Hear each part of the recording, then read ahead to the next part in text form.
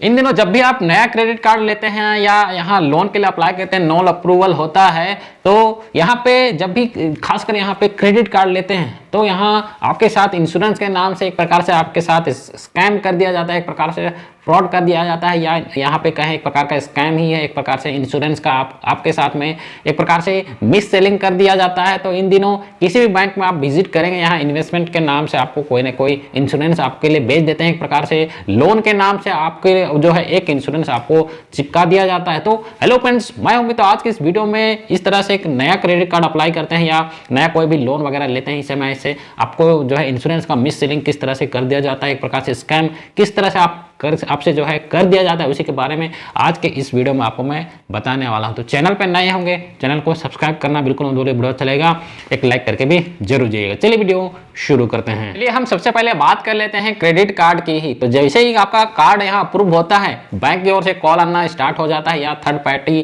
का जो insurance company होती है, थर्ड पार्टी यहाँ आपको कॉल करना स्टार्ट कर देती है कि भाई कांग्रेचुलेशन सर, आपका क्रेडिट कार्ड अप्रूव हो चुका है। तो इस क्रेडिट कार्ड के बेस पे आपको यहाँ पे एक हेल्थ इंश्योरेंस का भी यहाँ आपको जो है ऑफर मिल रहा है। आपका फैमिली का सवाल है, कोई बीमार पड़ेगा तो आपको लाखों का खर्च हो जाएगा, तो आपको एक हेल्थ इंश्योरेंस लेना ही चाहिए। इस तरह से आपको जो है जब भी क्रेडिट कार्ड यहाँ अप्रूव होता है, इस तरह से आपको जो है कॉल आना स्टार्ट हो जाता है, इंश्योरेंस कंपनी अपना इंश्योरेंस बेचना स्टार्ट कर देती है।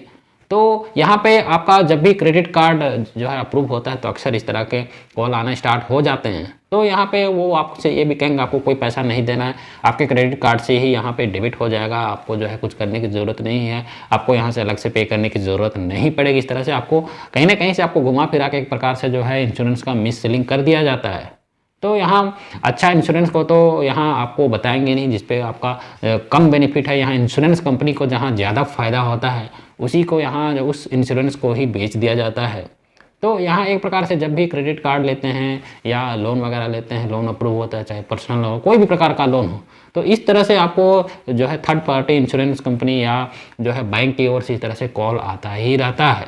अब रही बात की पर्सनल लोन के भी यहाँ बात करेंगे, तो जब भी पर्सनल लोन आप लेते हैं तो पर्सनल लोन के नाम से भी कभी कभी आपको एक इंश्योरेंस भी चिपका दिया जाता है। तो यहाँ ज़रूरी नहीं है आपको जब भी लोन वगैरह ले रहे हैं, क्रेडिट कार्ड ले रहे हैं, तो ऐसा नहीं है कि आपको लेना ही है। तो ये चीज़ को आपको ध्यान में रखना है, सब ये चीज़ आपको पता रहना चाहिए। तो मोस्टली यहाँ जो क्रेडिट कार्ड में न्यू यूजर्स होते हैं, नए यूजर्स होते हैं, उनके साथ ऐसा गलती हो जाता है। कई बार तो कॉल आता है बैंक की ओर से, ऑन कॉल ही आप यहाँ इंश्योरेंस के लिए हाँ कर देते हैं। जैसे ही आपने हाँ किया तो जो भी इंश्योरेंस है, आपका जो भी प्रीमियम अमाउंट है वो डेबिट हो जाता है आपके क्रेडिट कार्ड से, यहाँ ऑटो डेबिट लगा दिया जाता है। कई बार ये भी होता है कि अगर आप क्रेडिट कार्ड में नए यूजर्स हैं तो ऐसे में आपके साथ यहाँ फ्रॉड होने का बहुत ज़्यादा ही चांस रहता है। यहाँ होता ये है कि जब भी आपका कार्ड अप्रूव हो जाता है, यहाँ आपको कैशबैक या रिवार्ड्स का लालच देकर आपको जो है कहीं ना कहीं से आपका जो है OTP पूछ दिया जाता है। तो यहाँ पे आप कैशबैक या रिवार्ड्स के चक्कर में आप गलती से यहाँ OTP शेयर भी कर देते हैं, और यहाँ जैसे OTP शेयर करते हैं आपके साथ फ्रॉड हो जाता है। तो इस चीज़ को भी आपका ध्यान रखना है। तो आप कभी भी इस तरह से OTP शेयर नहीं करना है। वैसे इस तरह का फ्रॉड अक्सर बहुत कम लोग करते हैं, तो आजकल नए नए कई तरह के भी फ्रॉड के यहाँ होने के चांस रहते हैं। यहाँ फ्रॉडस्टर अलग अलग तरीका यहाँ ढूंढते रहते हैं कि किस तरह से यहाँ फ्रॉड कर दिया जाए। तो यहाँ पे इंश्योरेंस के नाम से भी आपको स्कैम से बचना है। आपको अननेसेसरी कोई भी इंश्योरेंस आपको नहीं लेना है। आपको आपके हिसाब से आपको जो भी आपको जो आपके लिए फ़ायदे हैं उसी इंश्योरेंस को ही, उसी प्रीमियम को आपको लेना चाहिए। अब हम बात करेंगे होम लोन की। तो होम लोन जब भी आप लेते हैं तो यहाँ तो इंश्योरेंस जब भी बिना इंश्योरेंस के तो हो सकता है अप्रूव ही ना हो, लेकिन यहाँ इंश्योरेंस जो है बैंक कराती ही है। किसी भी हालत में जो भी आपका होम लोन होता है उसका इंश्योरेंस आपको कराना ही पड़ता है, क्योंकि खुदा ना खास्ता आपको कुछ हो गया, घर के इकलौते आप अर्निंग मेंबर होंगे तो आपको वो फैमिली यहाँ प्रॉब्लम में आ सकती है। और अगर कोई भी नहीं कमाता होगा तो EMI कहाँ से कटेगी, जो भी आउटस्टैंडिंग है होम लोन का उसका जो है रीपे कौन करेगा। तो इस तरह से जो यहाँ पे इंश्योरेंस तो आपको लेना ही पड़ता है और होना भी चाहिए, क्योंकि यहाँ पे देखिए फैमिली में कोई प्रॉब्लम ना हो तो जो भी आपका होम लोन है तो वो इंश्योरेंस का यहाँ होना ही चाहिए।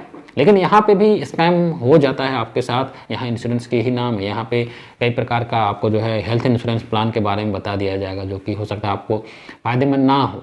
तो यहाँ हेल्थ इंश्योरेंस या और अदर कोई इंश्योरेंस का आपको जो है बताया जाएगा, सर इस इंश्योरेंस को, इस पॉलिसी को करा लीजिए, ये हेल्थ इंश्योरेंस अच्छा है, इसके साथ में ये इंश्योरेंस ले लीजिए। तो इस तरह से कई प्रकार के, जिसमें जो है इंश्योरेंस कंपनी को ही फ़ायदा होता है, बैंक को ही फ़ायदा होता है या इंश्योरेंस कंपनी को ही फ़ायदा होता है, उसी प्लान को आपको बता दिया जाता है। तो यहाँ ज़रूरी नहीं है आपको हेल्थ इंश्योरेंस ही लेना है या तो फिर होम लोन का इंश्योरेंस को ही लेना है, ज़रूरी नहीं है। तो इस तरह से आपको पता रहना चाहिए। कई बार ज़बरदस्ती आपको बता दिया जाए कि नहीं सर आपको तो लेना ही पड़ेगा इसको, तभी आपका लोन हो पाएगा, इस तरह से भी हो सकता है आपसे बोला जाए।